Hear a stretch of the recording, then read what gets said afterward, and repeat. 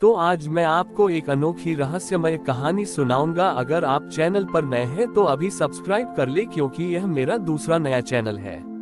तथा कहानी पूरा देखे, अंत में एक अनोखा रहस्य छुपा है। धन्यवाद। तो सुनिए। ये कथा सतयुग की है, जो चित्रकूट के पर्वतों से सुदूर एक निर्जन मरुस्थल के पास बसे छोटे से गांव के एक चर्मकार, चमड़े का कार्य करने वाले भोलू की है। भोलू का हृदय अत्यंत कोमल था। वह मरे हुए पशुओं की खाल से जूते और मशक बनाता था, ताकि लोगों के पैर कांटों से बचे रहें और प्यासों को जल मिल सके। गांव के लोग भोलू को मंदिर में प्रवेश नहीं करने देते थे, क्योंकि उन्हें लगता था कि उसका कार्य अशुद्ध है। भोलू का भी दुखी नहीं हुआ। वह मंदिर की सीढ़ियों के बाहर बैठकर ही मन महादेव को याद करता और कहता, प्रभु, मेरे हाथ तो चमड़े के काम से सने हैं, पर मेरा मन आपकी भक्ति के श्वेत कैलाश जैसा है। आप तो अंतर्यामी हैं, आप तो जानते ही होंगे। एक बार उस राज्य में एक महान यज्ञ का आयोजन हुआ। बड़े बड़े ऋषि मुनि और विद्वान वहां आए। यज्ञ की पूर्णाहुति के लिए महादेव की एक प्राचीन स्वर्ण मूर्ति को एक भव्य पालकी में बैठाकर ले जाया जा रहा था। रास्ते में अचानक पालकी का एक महत्वपूर्ण चमड़े का पट्टा टूट गया। पालकी रुक गई और मूर्ति झुक गई। पट्टा इतना विशेष था कि उसे तुरंत ठीक करना असंभव लग रहा था। पंडितों ने शोर मचाया कि कोई चर्मकार इसे ठीक करे, पर शर्त ये थी कि वह शुद्ध होना चाहिए। कई लोग आए, पर पट्टा जुड़ नहीं पा रहा था। अंत में भोलू को बुलाया गया। भोलू डरते डरते पहुंचा। उसने देखा कि महादेव की मूर्ति झुक रही है। उसने अपनी सुई और धागा निकाला, पर उसके पास पट्टा जोड़ने के लिए चमड़े का अतिरिक्त टुकड़ा नहीं बचा था। भोलू ने अपनी आंखें बंद की और अपनी हथेली की खाल की ओर देखा। उसने सोचा, प्रभु के आसन के लिए मेरा शरीर भी लग जाए तो क्या कम है। जैसे ही उसने अपनी खाल का एक छोटा सा हिस्सा उपयोग करने का संकल्प किया, अचानक उसके हाथों से एक दिव्य प्रकाश निकला। भोलू ने जैसे ही टूटे हुए पट्टे को छुआ, वह चमड़े का पट्टा साक्षात जीवित सर्प वासुकी के समान शीतल और वज्र जैसा मजबूत हो गया। पूरी पालकी हवा में तैरने लगी। साक्षात महादेव उस स्वर्ण मूर्ति से बाहर निकल आए। उनका रूप इतना दिव्य था कि सबकी आंखें चौंधिया गईं। महादेव ने भोलू को अपने गले से लगा लिया।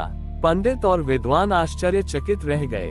महादेव ने गंभीर वाणी में कहा, तुम लोग जिसे अशुद्ध समझकर बाहर रखते थे, उसी के भीतर सबसे शुद्ध प्रेम वास करता है।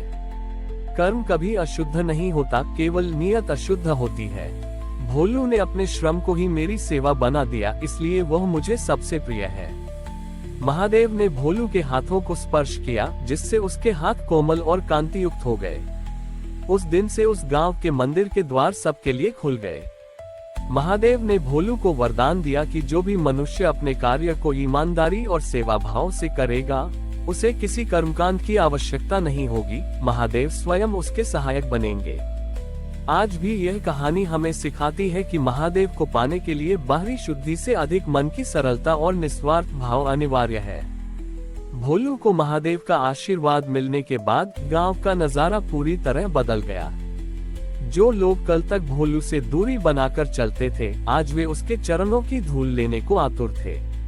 लेकिन भोलू के मन में रत्ती भर भी अहंकार नहीं आया। उसने अपनी छोटी सी कुटिया को ही अपना मंदिर मान लिया और अपना कार्य जारी रखा। एक दिन उस राज्य का सबसे प्रसिद्ध विद्वान शास्त्री जी भोलू के पास आए। शास्त्री जी को अपनी वेदों की शिक्षा पर बहुत गर्व था। उन्होंने भोलू से एक टेढ़ा प्रश्न पूछा, भोलू, महादेव ने तुम्हें दर्शन दिए, ये तुम्हारे भाग्य की बात है, पर क्या तुम जानते हो कि मुक्ति का मार्ग क्या है? क्या तुम निराकार और साकार ब्रह्म का भेद जानते हो? भोलू ने सिर झुकाकर सरलता से उत्तर दिया, महाराज, मैं तो अनपढ़ हूँ। मैं निराकार साकार नहीं जानता। मैं तो बस इतना जानता हूँ कि जब मैं जूते सिलता हूँ तो हर टांके के साथ शिव कहता हूँ। मुझे लगता है कि यह फटा हुआ जूता वह दुखी इंसान है जो मेरे पास आया है, और मेरा धागा वह प्रेम है जो उसे महादेव से जोड़ रहा है। मेरे लिए यही मुक्ति है।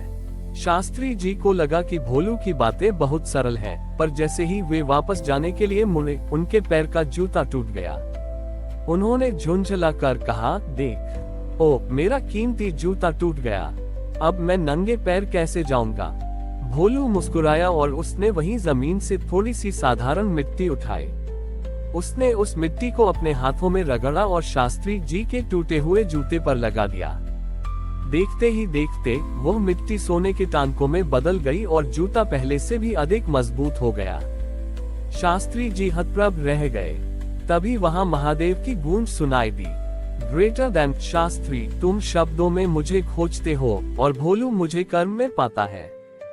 ज्ञान का बोझ मनुष्य को भारी बनाता है, पर प्रेम का भाव मनुष्य को हल्का कर देता है।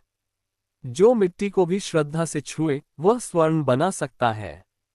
ग्रेटर देन शास्त्री जी का गर्व चूर चूर हो गया। उन्होंने स्वीकार किया कि पोथियों के ज्ञान से बड़ा हृदय का अनुभव होता है। उन्होंने अपनी रेशमी पगड़ी भोलू के चरणों में रख दी। महादेव ने उस स्थान पर एक चमत्कार और किया। भोलू जिस सुई से जूते सिलता था वह सुई एक ज्योति स्तंभ में बदल गई। उस स्तंभ से ऐसी किरणें निकलती थी कि जो भी बीमार या दुखी व्यक्ति उसके पास आता उसकी पीड़ा दूर हो जाती। वह गांव आगे चलकर शिव शिल्पपुरी के नाम से विख्यात हुआ। भोलू ने अंत तक यही सिखाया कि ईश्वर को पाने के लिए संसार छोड़ने की जरूरत नहीं है, बस अपने कार्य को ही ईश्वर का प्रसाद बना लो। हमारी और भी आध्यात्मिक एवं अनोखी कहानियां देखने के लिए हमारे चैनल पर जाएं तथा धार्मिक एवं पौराणिक अनोखी कहानियां हमारे चैनल पर है।